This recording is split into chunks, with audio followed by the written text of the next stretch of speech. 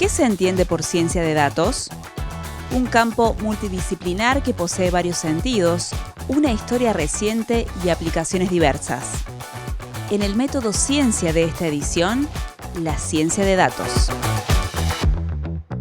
La ciencia de datos es un sintagma, ¿está bien? Y tiene una historia que es compleja, que es diversa y que es bastante controversial. O sea, por momentos, ciencia de datos parecería tener una significación múltiple, casi que evoca infinitos significados, y por momentos tiene definiciones estrictamente atadas a ciertos campos disciplinarios. Eso no ocurre con otros sintagmas, como por ejemplo hablamos de ciencias biológicas. Hay un objeto claramente definido, aquí hay una multiplicidad de objetos a los que el nombre hace lugar. También es importante mencionar que ciencia de datos es un campo en disputa. En el campo académico es un campo que está tensionado por las diversas miradas disciplinares: computación, estadística, ingeniería, etc. Y en una primera versión que podríamos llamarle ingenua de la definición de ciencia de datos, que es la versión, por ejemplo, de ciertos grupos de la hegemonía actual, ¿no?, que están interviniendo en el campo de la academia, pero también con implicancias en la industria, en ciencias de la salud, etc. Esos primero definen el aprendizaje automático, el machine learning, que son términos que seguramente los han escuchado de manera reiterada, como la disciplina que construye algoritmos para aprender los datos.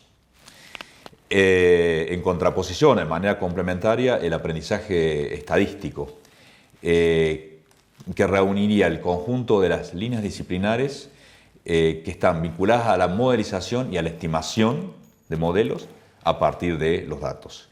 Y entonces la ciencia de datos vendría a ser como una suerte de conjugación del machine learning, o sea, el aprendizaje automático, y el aprendizaje estadístico o statistical learning. Son términos que vienen, ¿no?, del inglés, que no tienen una traducción tampoco tan transparente. Entonces, ciencia de datos vendría a conjugar el aprendizaje automático y el aprendizaje estadístico en vista de la extracción de conocimientos a partir de los datos. Decimos que es una definición como bastante ingenua, ¿no? Transparente, pero ingenua. Y también es importante mencionar que, que algunas definiciones intentan construir el significado de ciencia de datos a partir del conjunto de las tareas que realizan tanto los investigadores, las investigadoras, pero también los actores y actrices del campo privado.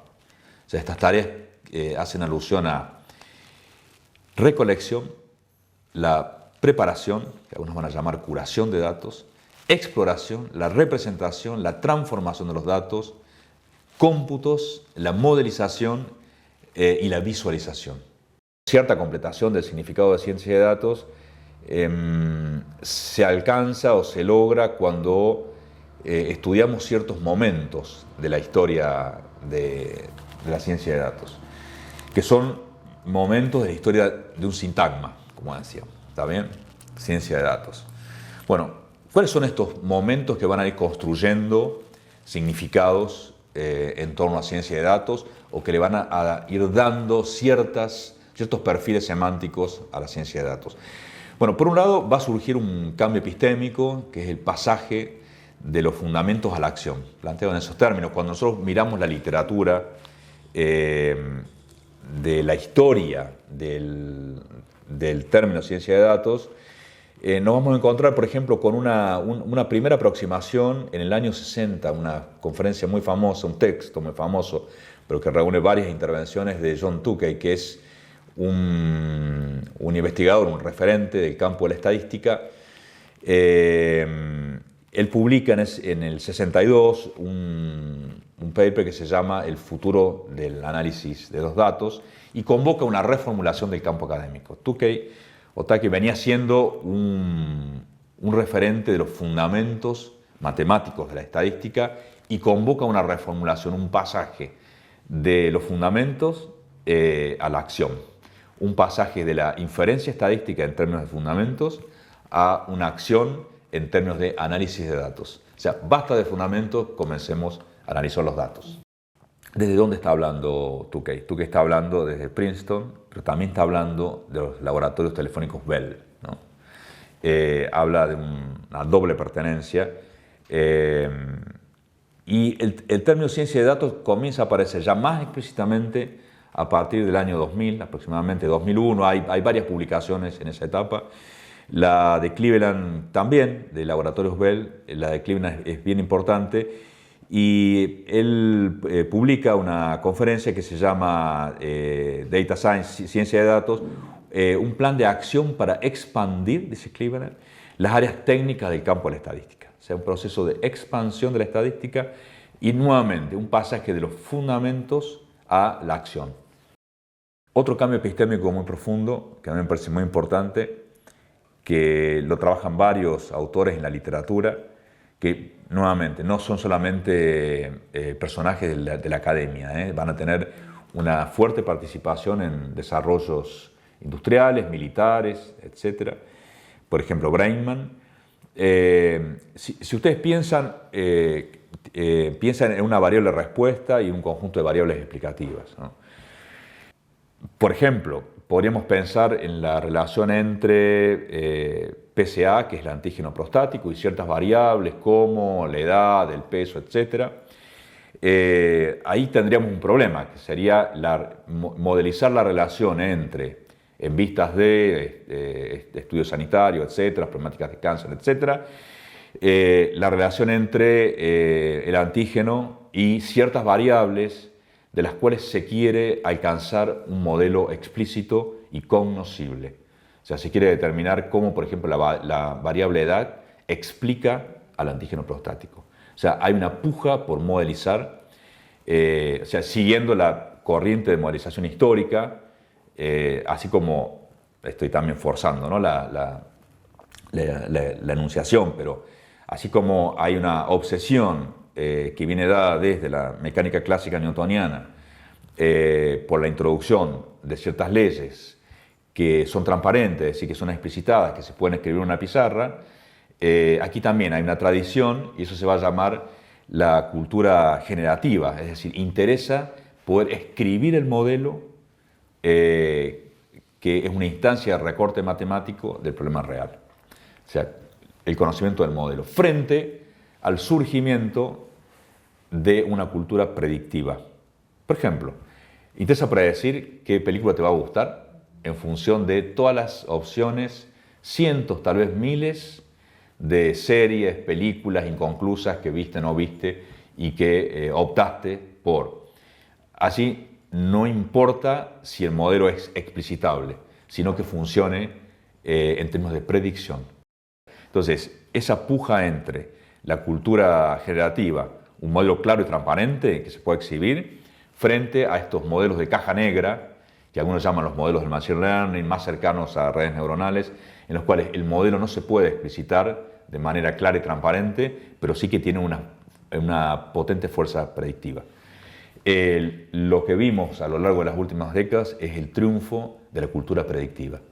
Son modelos que son accesibles a ciertas inteligencias artificiales, a ciertos dispositivos de tratamiento y procesamiento de datos, pero ya no son accesibles de manera inmediata a la intelección humana, de forma directa. El conjunto de las transformaciones tecnológicas producen nuevas estructuras de datos. Esas estructuras de datos son susceptibles de ser conocidas solamente de manera maquínica o algorítmica.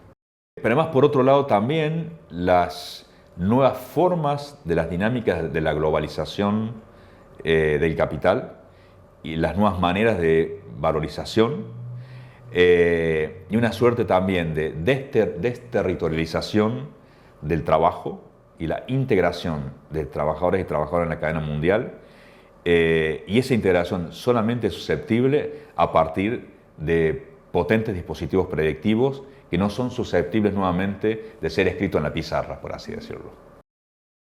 Del Departamento de Matemática de la Facultad de Ciencias Exactas hay líneas específicas que abordan problemas de ciencia de datos y también hay líneas que son complementarias, hay líneas que aportan a los fundamentos de la ciencia de datos. Por ejemplo, en términos específicos, hay un proyecto que se denomina así, tal cual, que es Estructuras complejas de datos y teorías del aprendizaje estadístico.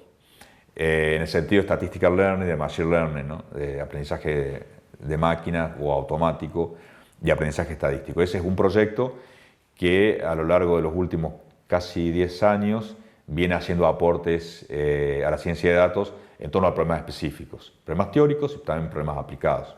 Hay un proyecto que forma parte de un programa que está vinculado a problemas de teledetección, ¿no? Utilización de imágenes satelitales, problemas de clasificación, con aplicación en el campo de la geología, que trabaja de manera articulada con grupos de agronomía y grupos de geología. Bueno, el proyecto anterior que usted acaba de mencionar también trabaja de manera articulada con diversos grupos, no solamente del país, sino también del extranjero, canadienses, españoles, con un grupo de Noruega actualmente, por ejemplo, en torno a problemas de aeroelasticidad. Ese problema de estructuras complejas de datos también ha hecho aportes al campo de la ciencia de la salud, a problemas en el campo de la genómica, con aplicación en el campo de la genómica. Y también hay proyectos que tienen aportes complementarios y también en términos de fundamentos, ecuaciones diferenciales. Hay aportes en este momento a tesis que vinculan modelos epidemiológicos con ecuaciones, también con teoría y control. Hay un proyecto de investigación que aporta hace bastante tiempo en programas de control y que ha hecho aportes también al campo de la modelización en epidemiología.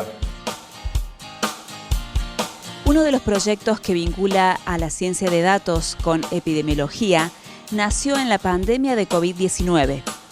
Lo encabeza el docente investigador Fernando Mazzone, abarca a otras disciplinas y busca modelizar la propagación de enfermedades infecciosas.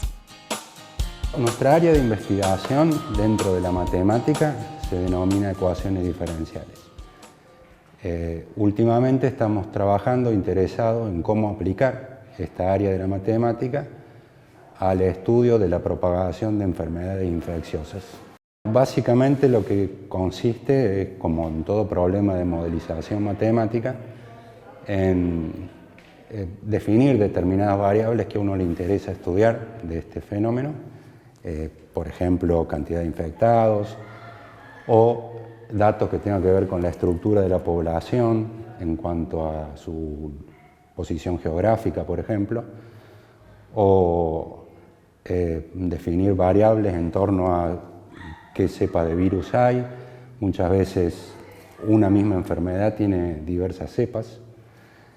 Y bueno, luego de eso uno lo que generalmente hace es apoyarse en alguna teoría, en bibliografía, donde definen relaciones entre esas cantidades y a partir de esas relaciones uno la traduce al lenguaje matemático, por decirlo brevemente, en ecuaciones, por ejemplo, o algoritmos, otro instrumento matemático que luego uno puede simularlo dentro de una computadora y puede de alguna manera hacer una maqueta de la realidad, pero dentro de la computadora, por así decirlo, y simular el fenómeno, por supuesto simplificado, porque generalmente este tipo de fenómenos que tienen una gran componente del comportamiento social de los individuos presenta, es muy complejo de analizar.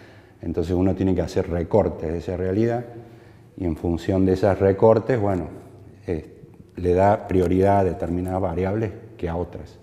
Ese modelo, por así decirlo, de juguete que uno hace, lo tiene que comparar con datos de la realidad y ajustar generalmente unos numeritos que nosotros denominamos parámetros, que algunos de los cuales son conocidos. Por ejemplo, un parámetro típico de una enfermedad es el periodo medio que una persona dura infecciosa, pero hay otros que son desconocidos, por ejemplo la tasa de transmisión, donde eso puede cambiar de población en población o aún dentro de la misma población, puede cambiar de brote en brote porque las personas cambian de comportamiento a lo largo del tiempo, un grupo social puede cambiar de comportamiento y así. Hay determinados parámetros que de alguna manera uno tiene que ajustarlos, se llama el modelo, comparando con la realidad ajustar esos parámetros, y esa es otra parte metodológica de nuestra investigación.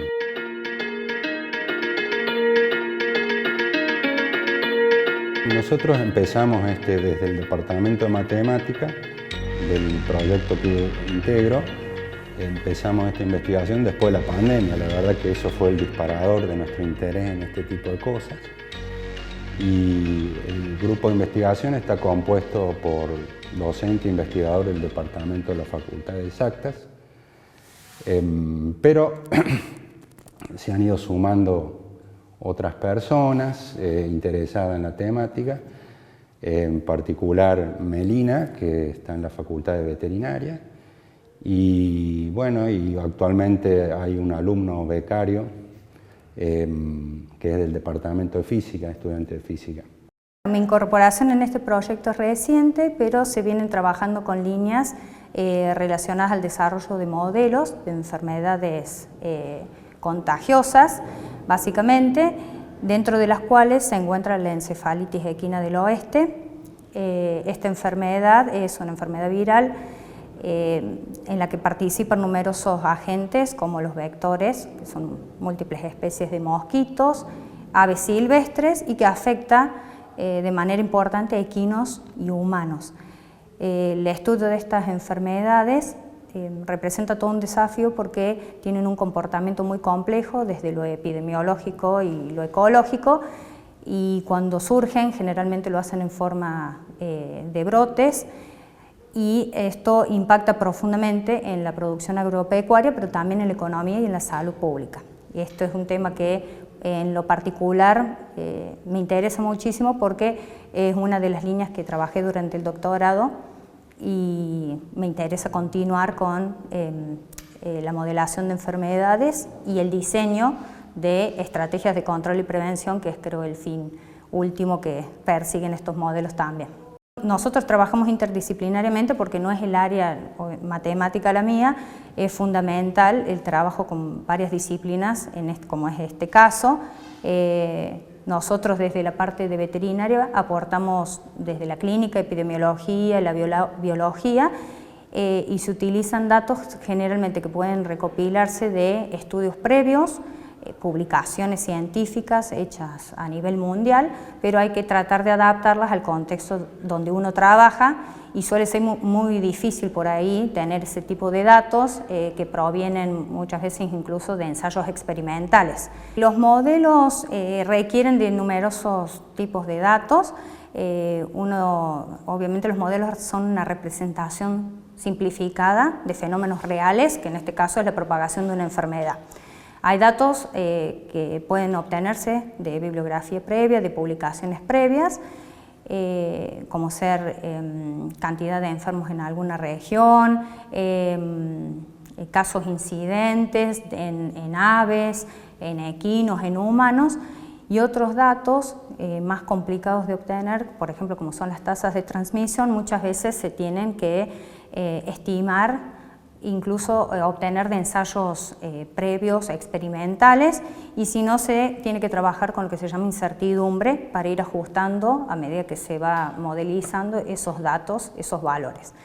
La construcción es muy compleja, pero básicamente en estas líneas se está trabajando con metapoblaciones, considerando que las poblaciones no son homogéneas, sino que pertenecen a comunidades diferentes, que las llamamos nodos, que están comunicadas o interconectadas a través de migraciones de aves o movimiento de animales o de seres humanos, y eso nos permite ir evaluando cómo es el comportamiento de una enfermedad en distintos contextos y dónde es preferible a lo mejor aplicar una estrategia y no otra de acuerdo a ese contexto en el que se va dando la enfermedad.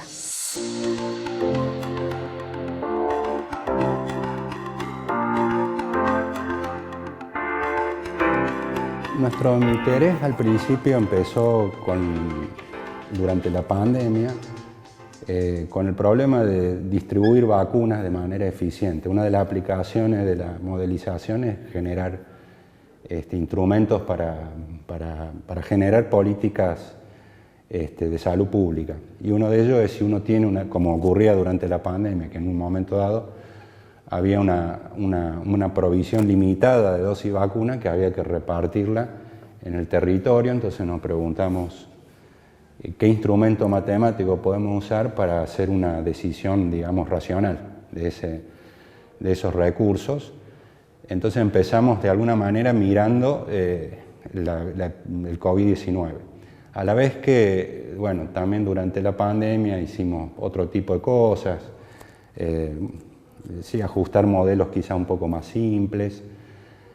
Bueno, después, continuando con ese trabajo, nos interesó más las enfermedades producidas por vectores, y entonces estábamos trabajando en dengue y actualmente en la encefalitis equinas. El fin último del objetivo que tiene hacer modelos vinculados a las enfermedades infecciosas es poder abordar problemáticas que resuelvan o puedan ser aplicadas en la sociedad, no solamente de la parte ambiental y animal, sino la parte de salud pública, tratando de encontrar las mejores estrategias de prevención y control que muchas veces no se pueden hacer de otra manera que no sea a través de modelos, porque sería imposible hacer réplicas en la vida real por costo, tiempo y cuestiones éticas incluso. En ese sentido los modelos ayudan mucho a la parte de sanidad animal y pública. El desarrollo de estos modelos que se basan en metapoblaciones, sí, la idea es poder aplicarlas a múltiples zoonosis de relevancia y continuar para cada una de ellas tratando de abordarla desde la parte de implementación también de políticas a posterior. La perspectiva futuro es tratar de incorporar otras técnicas. Además de ecuaciones diferenciales, hay otras herramientas matemáticas que se pueden usar para modelizar enfermedades. El caso es, por ejemplo, los procesos estocásticos que de alguna manera incorporan la aleatoriedad de los fenómenos, que son importantes cuando comienzan las epidemias, que hay pocos casos. Profundizar en una herramienta que es el control óptimo, que actualmente estamos trabajando, pero queremos llevarla a otras situaciones. Y también nos está interesando el tema de las redes neuronales y cómo usar eso también para el diseño de campañas, por ejemplo, de prevención o de mitigación de enfermedades.